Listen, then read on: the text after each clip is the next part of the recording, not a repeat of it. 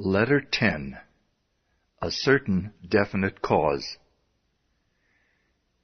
If you get a thorough understanding of the thought contained in Letter 10, you will have learned that nothing happens without a definite cause.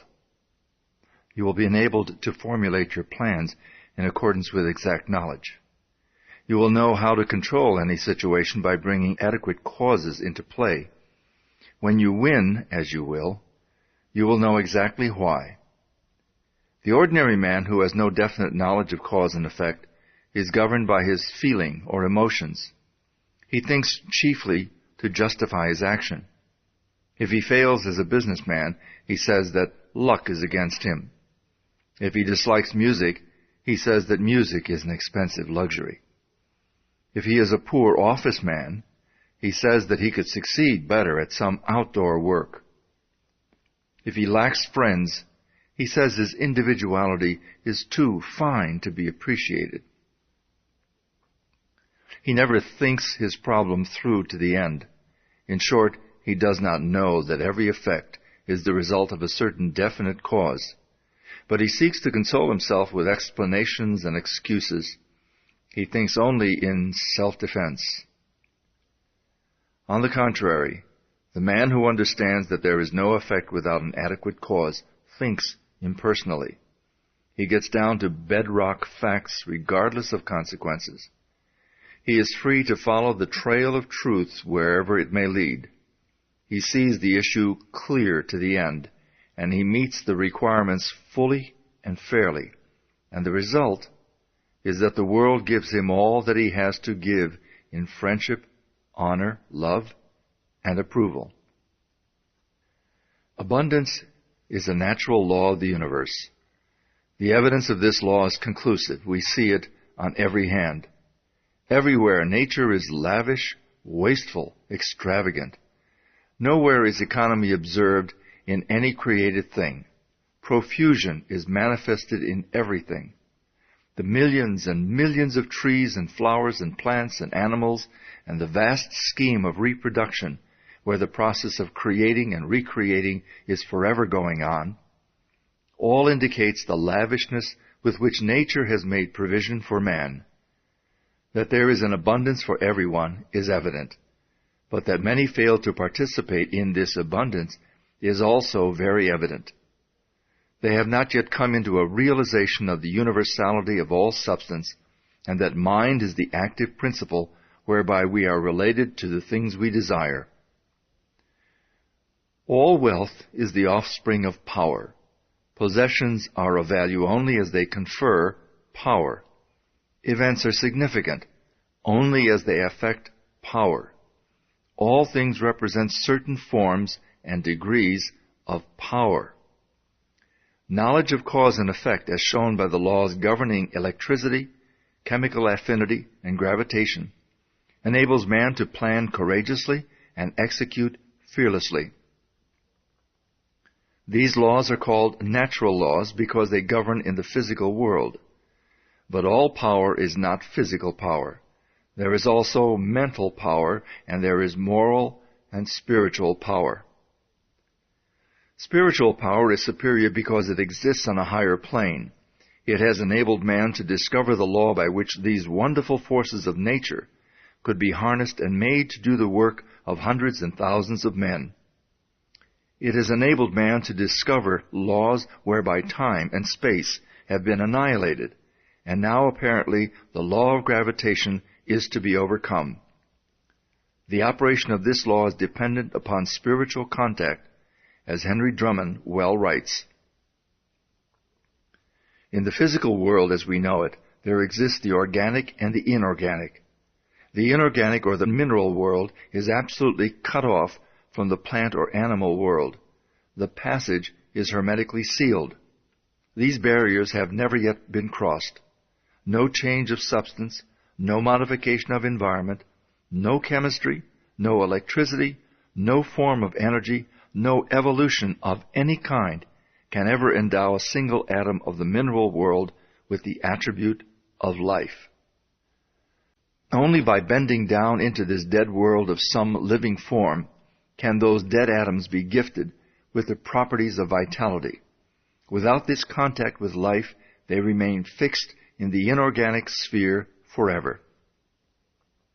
Huxley says that the doctrine of biogenesis, or life only from life, is victorious all along the line, and Tyndall is compelled to say, "I affirm that no shred of trustworthy evidence exists to prove that life in our day has ever appeared independent of antecedent life." Physical laws may explain the inorganic. Biology may explain and account for the development of the organic, but of the point of contact, science is silent. A similar passage exists between the natural world and the spiritual world. This passage is hermetically sealed on the natural side. The door is closed. No man can open it. No organic change, no mental energy, no moral effort, no progress of any kind can enable any human being to enter the spiritual world. But as the plant reaches down into the mineral world and touches it with the mystery of life, so the universal mind reaches down into the human mind and endows it with new, strange, wonderful, and even marvelous qualities.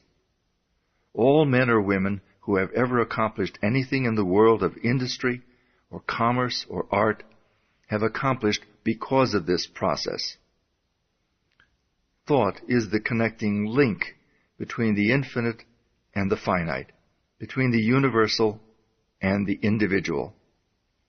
We've seen that there is an impassable barrier between the organic and the inorganic, and that the only way that matter can unfold is to be impregnated with life.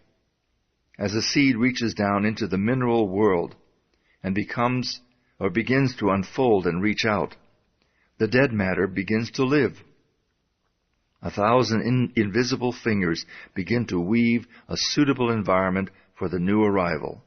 And as the law of growth begins to take effect, we see the process continue until the lily finally appears, and even Solomon, in all his glory, was not arrayed like one of these. Even so, a thought is dropped into the invisible substance of the universal mind, that substance from which all things are created, and as it takes root, the law of growth begins to take effect, and we find that conditions and environment are but the objective form of our thought. The law is that thought is an active, vital form of dynamic energy, which has the power to correlate with its object and bring it out of the invisible substance from which all things are created into the visible or objective world. This is the law by which and through which all things come into manifestation. It is the master key by which you are admitted into the secret place of the Most High and are given dominion over all things. With an understanding of this law, you may decree a thing, and it shall be established unto thee. It could not be otherwise. If the soul of the universe as we know it is the universal spirit, then the universe is simply the condition which the universal spirit has made for itself. We are simply individualized spirit and are creating the conditions for our growth in exactly the same way. How shall we operate in harmony with the law unless we know what the law is? How shall we know what the law is? We shall know what the law is by study and observation. We see the law in operation everywhere. All nature testifies to the operation of the law by silently, constantly expressing itself in the law of growth. Where there is growth, there must be life. Where there is life, there must be harmony, so that everything that has life is constantly attracting to itself the conditions and the supply which is necessary for its most complete expression. If your thought is in harmony with the creative principle of nature, and it is in tune with the infinite mind, then it will form the circuit, and it will not return to you void. But it is possible for you to think thoughts that are not in tune with the infinite. And there is no polarity. and the circuit is not formed. What then is the result? What is precisely the result when a dynamo is generating electricity and the circuit is cut off and there is no outlet? The dynamo stops. It will be exactly the same with you if you entertain thoughts which are not in accordance with the infinite and cannot therefore be polarized. There is no circuit. You are isolated. The thoughts cling to you, harass you, worry you, and finally bring about disease and possibly death.